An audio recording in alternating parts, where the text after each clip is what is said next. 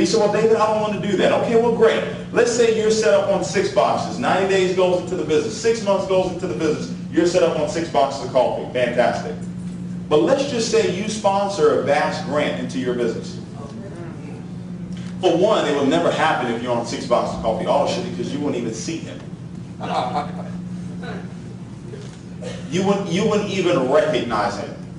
You would not even recognize a vast grant that can come into your business and in less than 1 year be a diamond consultant, and in less than 2 years be a $1 million earner in this company. You wouldn't even recognize it because you're not prepared for it. Does that make sense, guys? Yeah. He will never put anything on you that you can't handle. So you can handle a vast grant on 6 boxes of coffee ownership. Let me paint the picture for you. Bass comes into your business. You're on 6 boxes of coffee ownership. He has his first coffee and jazz mixer. 50 people show up. You got 6 boxes. You already drank 1 box, so you really only have 5 boxes left. And so what you do at your coffee and jazz mixer, instead of giving out samples of coffee, what you do is you go ahead and open it up, and you cut up a sachet, and you walk around and have people smell the coffee. Say, hey, why don't you smell it? Just go ahead and smell the coffee. I mean, you can't drink it. Or better yet, what you'll do is you'll make 3 cups. You'll make a cup of the latte, a cup of the black, and a cup of the mocha, and you have everybody share 1 cup. Go ahead and pass the cup around. Take 1 sip, sip, sip, pass. So y'all get that? Way home.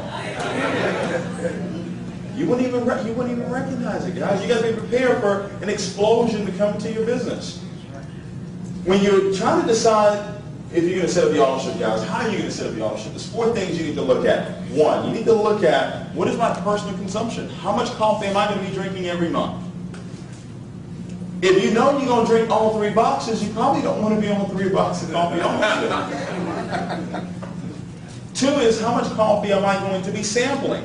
You're going to need to give what? Coffee away to actually acquire what? Customers. So you're going to have to determine how many people per day am I going to sample.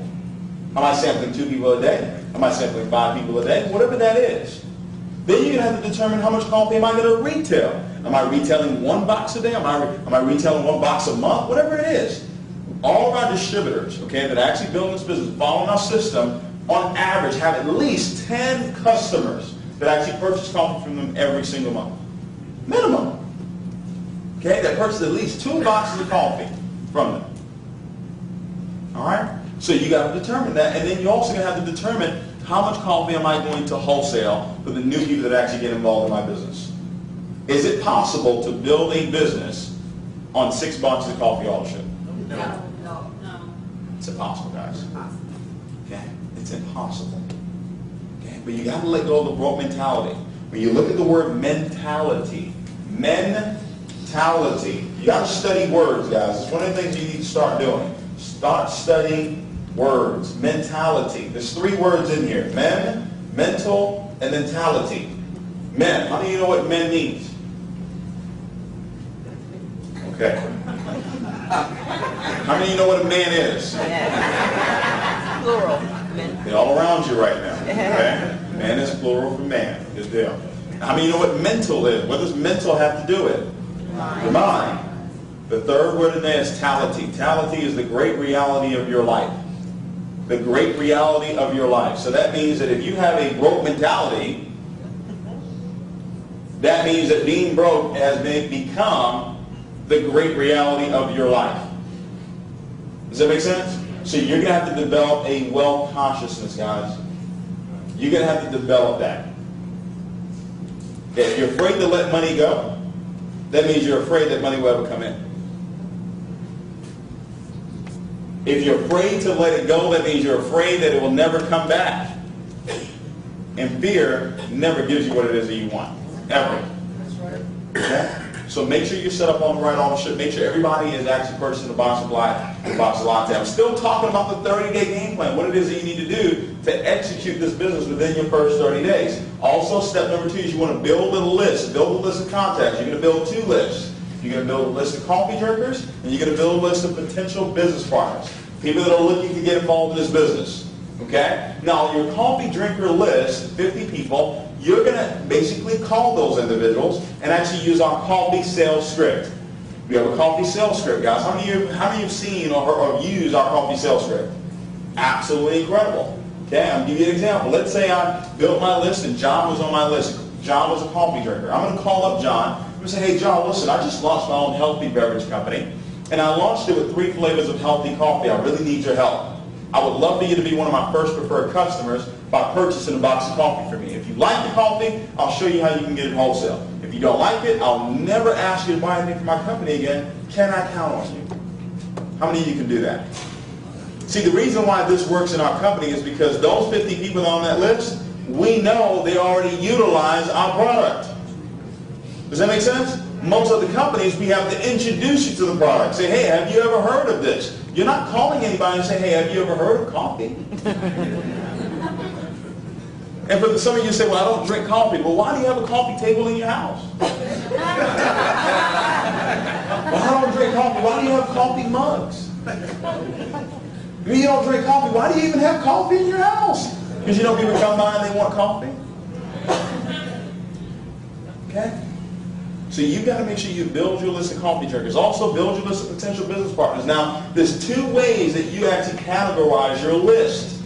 Okay? Now, when you're dealing with your warm market, you can categorize your list with what we call the 4 checkers. Okay? That's on the cash cow CD, and you need to purchase one of those. Get one of those from your upline, Ruby, Emerald, and Diamond. A cash cow CD. It talks about the 4 checkers. Okay? Is this person a self-starter? Is this person teachable and coachable? Does this person have the means to get started in this business right away? Does this person have a set of influence? Those are some things that you need to look for when you're building your list of potential business partners, that you're going to do what we call the ITS. Invite, taste, and share. That's what we call that. The invite, taste, and share process. Another way that you can categorize your list is through what I call the 5 pointers. Okay? 1, is this person 25 and older? Okay? Me personally, I do not prospect people that are younger than 25. I do not talk about this business. Because I know just younger than that, you're probably just not thinking about becoming wealthy. Most people are not thinking about that. Now, I was a little different. Baz Grant was a little different. Okay? But most young, no, it's probably not a priority for them right now. And I know that from experience. Okay? Club, auto shit. Club wins. Does that make sense? But somebody that's 25 and older, somebody that's married, somebody that's got some kids, they own a home, right? They're making anywhere from $40,000 to $80,000 a year. They know they need this business. Does that make sense? They're going to make the necessary sacrifice because they have something to lose. So when you're building your list, you're categorizing your list. You're doing the ITS, invite, taste, and share. Now, where are you taking these people to? You're taking them to step number 3, which is the what? Coffee and jazz mixers. Now you say, well, David, what do I say to these people? Well, it's very simple. We have what we call our 4 questions. All right, how many of you heard our 4 questions before? The 4 questions, guys, very simple. Do you, anybody you know, drink coffee or tea at least on occasion? They're going to say yes every single time, because I didn't ask you if you drink coffee. I said, do you or anybody you know drink coffee or tea at least on occasion? It's very important that you ask it that very specific way. Well, if you do drink coffee, how do you normally drink it? Do you drink it black or with cream or sugar? Well, I drink it with cream or sugar. Fantastic. Well, what brand of coffee do you drink? Is it Folgers? Is it Maxwell House? Is it Starbucks? They say Starbucks. Okay, great.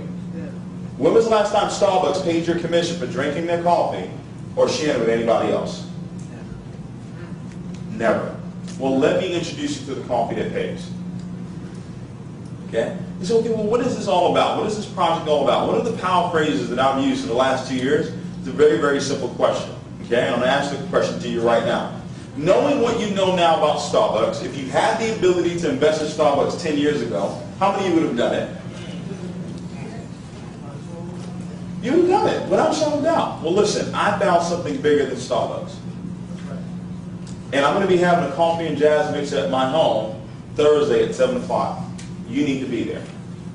How many of you can say that? Very simple. Okay? Now, you got to leave here tonight. Remember the WIN formula. You got to be willing. You got to take the initiative. Leaders, you got to be able to inspire and never quit. Never quit doing these 4 steps. Over and over and over again. Somebody comes in, you take them through the 30-day game plan for them to execute these 4 steps. Step number 3 says what? Look for coffee and jazz mixes. How many? 4. How many? 4. Not 2, not 1, not 3, but how many? 4. 4, in-home meetings, where you invite people over so they can taste the product and you're going to share the opportunity with them. We've got tools that we use, the new gold standard DVD. We now have this particular PowerPoint on DVD. How many of you can click and read? Do you guys notice that's all we did tonight? We would look back, look at the board, read it, and then talk to y'all, right? That's all we did. How many of you can learn how to do that? Guys, I've been saying the same thing for the last 2 years. Can you believe that? I know some of you saw my presentation for the first time. Just talk to somebody that's seen my presentation at least 3, 4, 5 times. I said the same thing. No, guys, it's not a joke. I say the same jokes at the same time.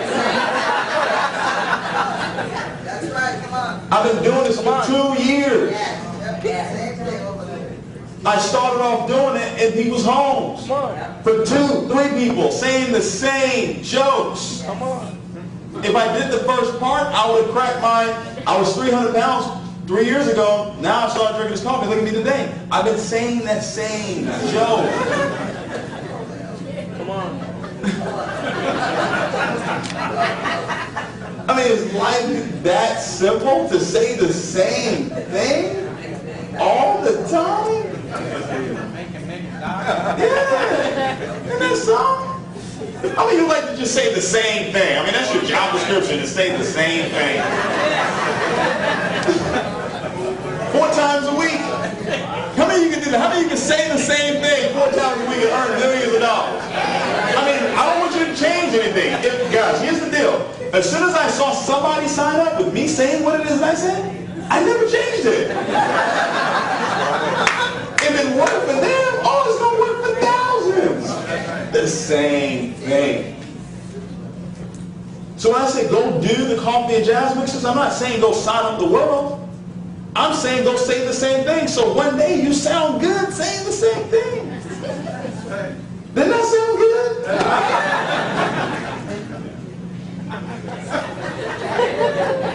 You're supposed to say yeah. Thank you. Right? Guys, it's about doing it. If you do it, the power will appear. It's not going to happen by osmosis. The person you are today is not the person you're going to be a year from now. Does that make sense? The person I am today is not the person I will be a year from now, or the person I was a year ago. A human need is to grow. That's a human need. You have to grow. You have to get better. Okay, I get good at this presentation, I make a lot of money. How simple is that? It gets easier, doesn't it?